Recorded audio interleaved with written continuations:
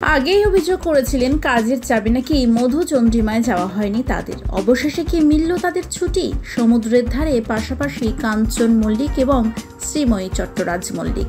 Social মিডিয়ায় সেই ছবি শেয়ার করে নিয়েছেন কাঞ্চন পত্নী, সঙ্গে লিখেছেন চাঁদনি রাতে তোমার সাথে।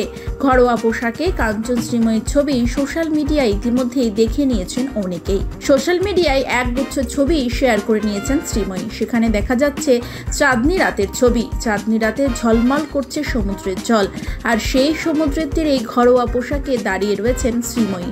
সদ্য শুটিংয়ে যোগ দিয়েছেন শ্রীময়ী। এর আগে অসুস্থতার কারণে শুটিং থেকে ছুটি নিয়েছিলেন শ্রীময়ী। গরমে শুটিং করতে গিয়ে অসুস্থ হয়ে পড়েছিলেন এই অভিনেত্রী, ভর্তি ছিলেন হাসপাতালেও।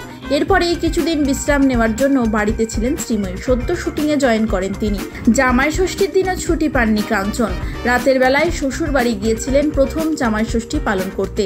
সেই কারণেই সারাদিনই একাই বাড়িতে বসেছিলেন শ্রীময়ী। সেই সময় সৃজিতের নতুন ছবি সত্যি বলে সত্যি কিছু নেইয়ের শুটিংয়ে ব্যস্ত কাঞ্চন মল্লিক। শ্রীময়ীর কথায়, কাঞ্চন এত কাজ পাগল, আমি ওকে কিছুই বলতে ভয় পাই। আসলে আমি আর ও একই ক্ষেত্রে কাজ করি। এমন দিনও হয়েছে যে জন্মদিনে আমি শুটিং করেছি, ছুটি পাইনি, সেই কারণে ছুটি বলতে পারি না। কাঞ্চন সবসময় বলে কাজটাই আমার সব, কাজ না করলে আমিই থাকবো না। ও কাজটাকেই আগে রাখে, আমিও সেটাকেই সম্মান দিই। কাজ শেষ করে কাঞ্চন ও শ্রীময়ী একসঙ্গে গিয়েছিলেন শ্রীময়ীর বাবার বাড়ি। সেখানেই হয়েছিল খাওয়া দাওয়ার আয়োজন। সোশ্যাল মিডিয়ায় সেই ছবিও শেয়ার করে নিয়েছিলেন অভিনেত্রী শ্রীময়ী।